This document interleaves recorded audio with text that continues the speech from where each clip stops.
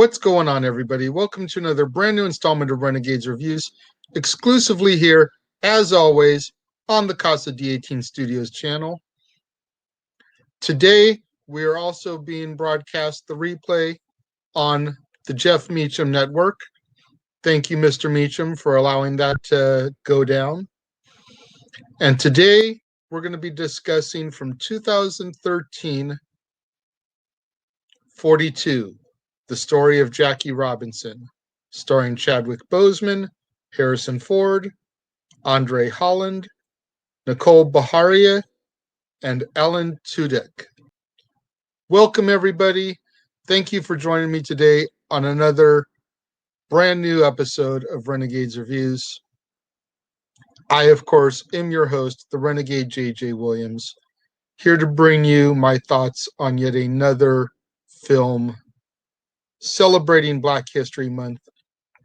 And today we're going to round out the Chadwick Boseman hat trick, if you will.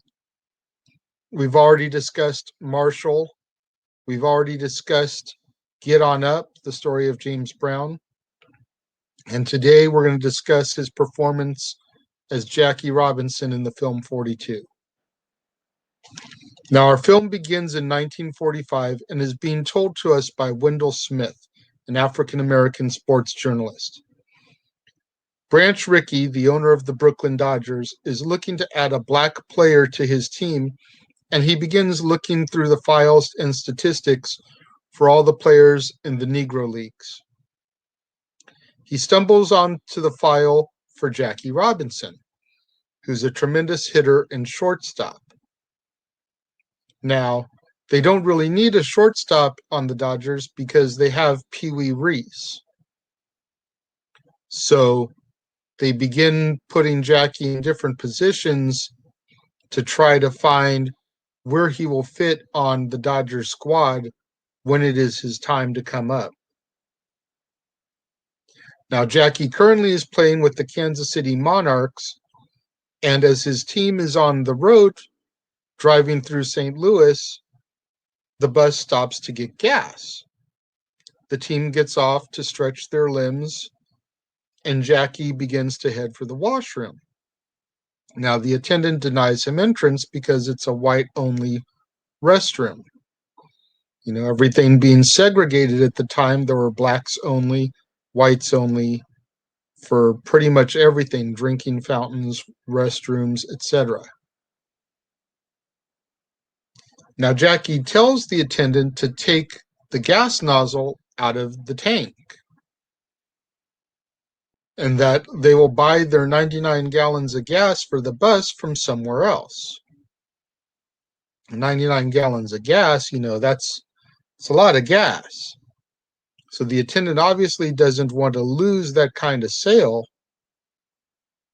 So he goes ahead and he relents and he allows Jackie to use the washroom. Now, when Jackie emerges from the restroom, a scout from the Dodgers is waiting there. He's tracked Jackie down at the request of Branch Rickey to bring him in for a meeting.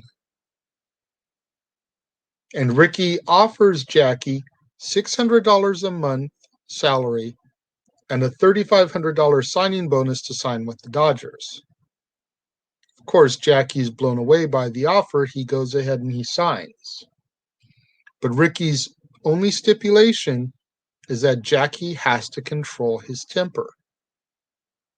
Rickey warns Jackie of all the things he's going to endure while he's playing in the major leagues, from fans heckling and taunting him and shouting racial slurs, to rival teams and their prejudices about having to play against a black man in the white leagues, all the way down to his own prospective teammates that have issues because one of them is going to have to get cut to make room for Jackie, thereby losing a teammate, a friend, someone who's been there for a while. Now, when Jackie leaves the meeting, he phones Rachel, his girlfriend, and he proposes to her over the phone, which of course she accepts. Jackie reports to spring training, and he ends up earning a spot on the Montreal Royals, which is Brooklyn's minor league affiliate at the time. Jackie is a standout player with a great season for Montreal, and eventually he gets called up to the Dodgers the following year, but not without resistance. The boys in Brooklyn start a petition saying that they're going to refuse to play with Jackie if he comes up. Well, Dodger manager Leo DeRocha puts an end to that immediately. He's going to have no part of that. What Branch Rickey wants, Branch Rickey's going to get. You guys need to fall in line, or else y'all can be replaced as well.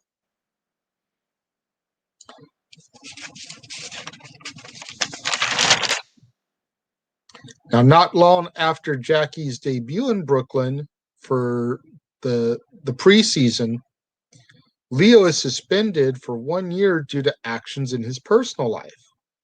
This leaves the Dodgers without a manager as they head into opening day.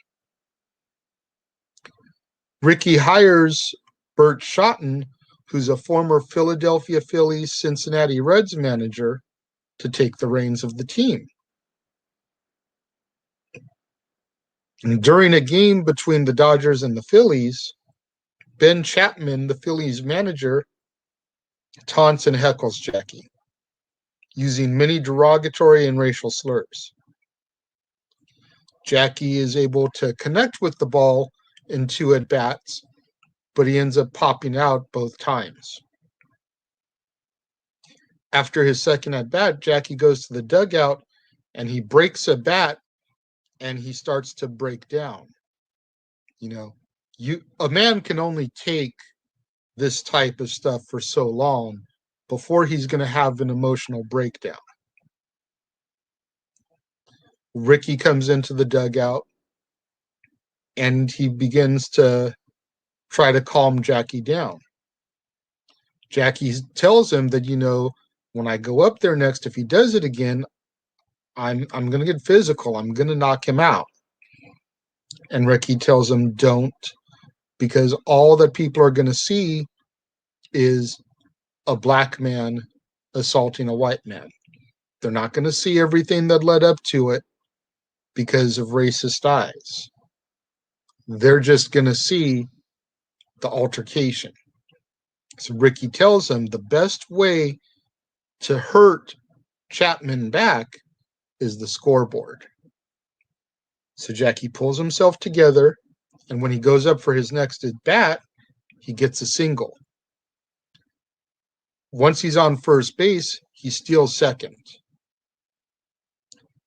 And then he advances to third on a throwing error. So now he's on third base, and he's able to score the winning run, getting some revenge, as Rickey said. Now, because of Chapman's behavior, the Phillies began to receive some negative publicity. So the next time the two teams meet, Herb Pennock, the general manager of the Phillies, orders Chapman to pose for photos with Jackie, both as an apology and to try to generate some positive press for the Phillies instead of the negative press that they've been having. Now, not long after this incident with Chapman, the Dodgers are set to play a game in Cincinnati. And Pee Wee Reese, who I mentioned earlier, their shortstop, is from Kentucky. So this is about as close to a hometown game as they get in these days. So it's a homecoming of sorts for him. Jackie, when he takes the field, gets booed and taunted by the crowd. And even Pee Wee is getting some heat from the crowd for playing with a Negro player. Well, Pee Wee has seen everything that Jackie has gone through up to this point. And so in order to silence the crowd, he goes up to Jackie on first base and he just kind of talks to him a little bit. puts his arm around Jackie, a show of solidarity. And this move by Pee-wee silences the crowd. If Jackie is good enough for our hometown boy, he's good enough for us, type of thing. Now, a few games later, in a game against the Cardinals, Enos Slaughter accidentally spikes Jackie in the back of his leg with his cleats as he's trying to run to first base, Jackie being the first baseman. Like I said, he was a shortstop, but in order to try to fit him on the team, they ended up putting him on first base. And the last thing we see in the movie is a final face-off between Jackie and the Dodgers and the Pittsburgh Pirates. And the Pirates pitcher, Fritz Ostermuller, had nailed Jackie in the head with a pitch earlier in the film. Complete dugout clearing brawl ensued as a result of that because, even though the boys may not completely like Jackie, they were going to defend his honor against the rival team. So this time at bat, Jackie is able to knock one clear out the park, home run, which helps the Dodgers clinch the National League pennant, sending them to the World Series against the Yankees, which unfortunately is a series that they lose.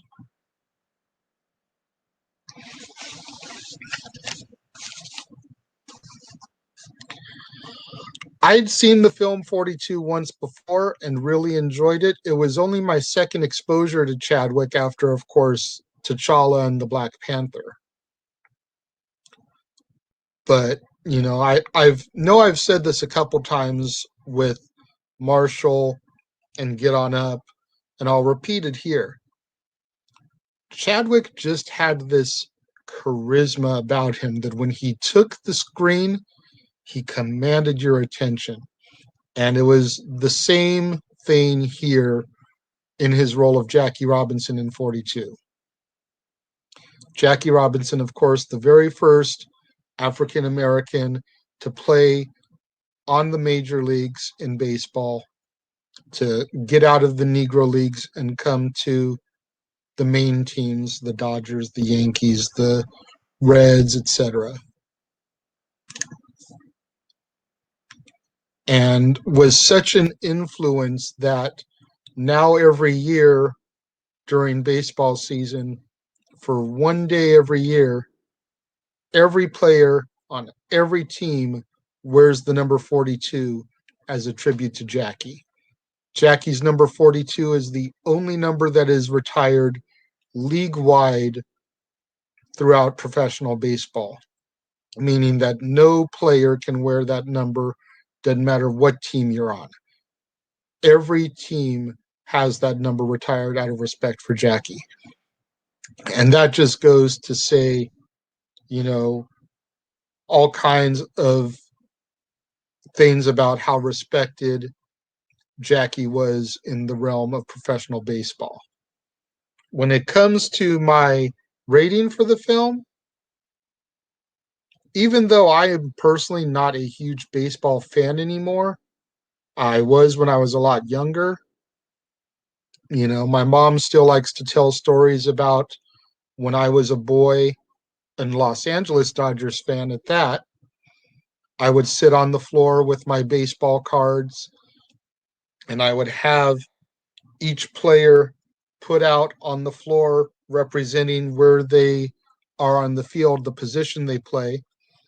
And then I would have next to it the rival team's cards, and I would move them around the field. If they got a double, I'd put the card onto second base. They got another run, move them to third, etc., throughout the entire game. So even though I am not a baseball fan anymore, I am a hockey fan these days. I definitely respect the legacy of Jackie Robinson. I admire the performances both of Chadwick Boseman and of Harrison Ford. And let's not underwrite Alan Tudyk. as Ben Chapman, the Phillies manager that really gets under Jackie's skin, causing him to crack. This man, Alan Tudyk, has become like an all-star in recent years, mainly for his voice acting. He's the voice of King Candy in Wreck-It Ralph. He's the voice of the Duke of Weselton from Frozen. He's the voice of Duke Weaselton from Zootopia, a complete play on his previous role. And I forget the droid's name, but he's the voice of the droid from Rogue One as well, the Star Wars film.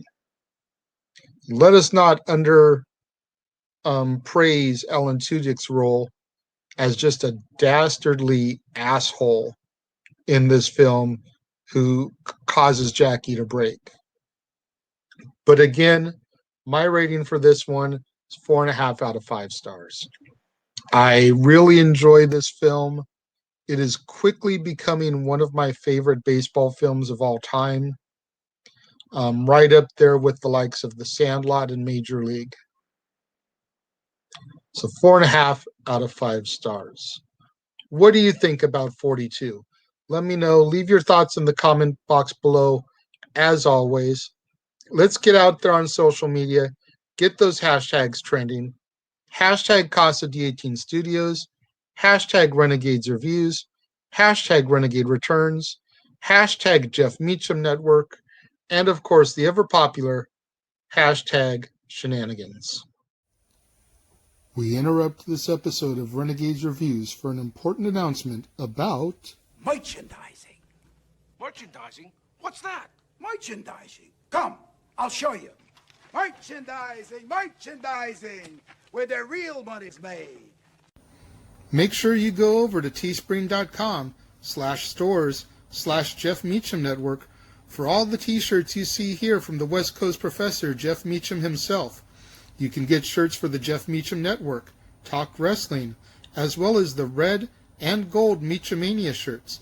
And while you're there, don't forget to get your shirts of the Casa D18 Studios Brotherhood, the Dads on Wrestling shirt, the Renegade JJ Williams, Statboy Sports Bar, and the hashtag StatBoyApproved shirt.